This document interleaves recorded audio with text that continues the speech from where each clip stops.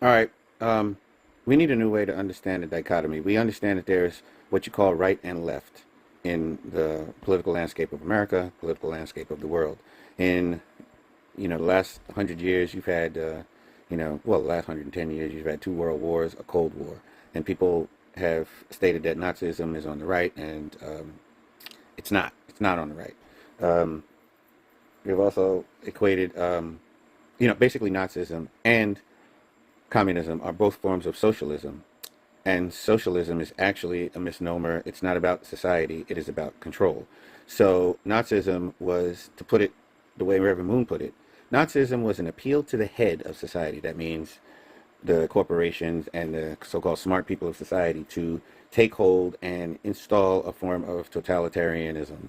Okay, so it made it or it urged the top of society to gain control of society to install a form of totalitarianism. So Reverend Moon said that the spirit of totalitarianism made its appeal to the head of society. If you think of society as a person, this was an appeal to the head. Okay, and then communism was an appeal to the foot or the working class or the working. So, but it was an appeal to install totalitarianism, forms of control. The forms of control may be different, but these forms of control had a common denominator or something in common. They don't believe that their fellow man is interested in gaining wisdom and then implementing the best things. Therefore, the hope for any utopia would be through control. Okay, so the reason why both of those ideas, both communism and Nazism, are on the left is because they don't properly gauge the human experience. They don't. They don't properly gauge. We are here, given freedom by God, to seek joy through love, or as the founding fathers stated it, to pursue happiness. But for most people, the greatest happiness is found in love relationships. Most people state that their regrets in life are related to how people treated them and how they treated people, not what they crossed off on their bucket list. I mean, yes, some regrets in life are related to that, and some urging in life is related to acquiring experiences. But along the way, we have such an effect on each other as family members and as friends and companions that the deepest feelings for us is whether or not we screwed up our opportunity to enjoy one another and enjoy the ministering and assistance from one another.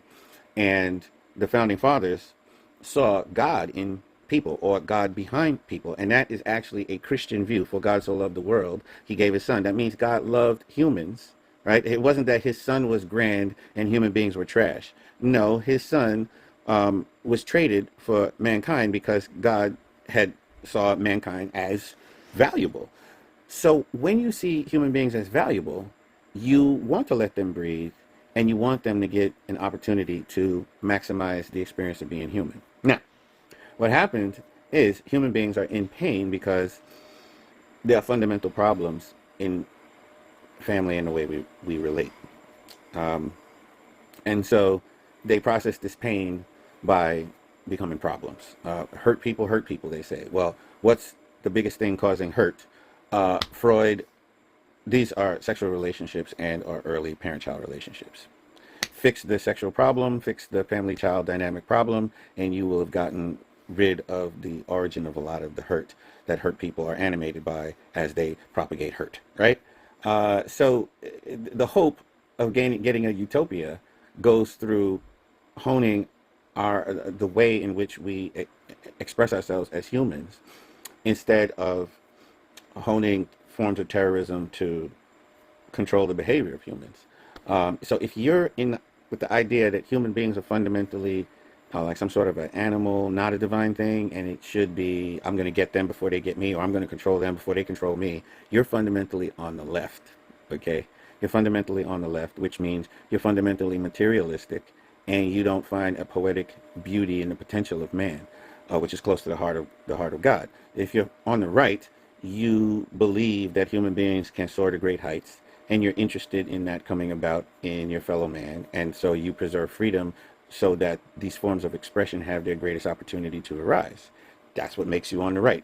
On the right, there's also the concern about violence, and they're generally conflicted about if you know what to do if you attack me. If you attack me, do I have to love you more than I love myself? In other words, do I have to protect you from my retribution, or do I have to protect myself from your violent action? Some people on the right are confused by that, um, and they lack a sense of sovereignty over being themselves beloved. Like they think they're obligated to love their enemy more than themselves. And a lot of people are confused by um, the crucifixion with that. They think that it is greater to lay down your life at any time a conflict arises.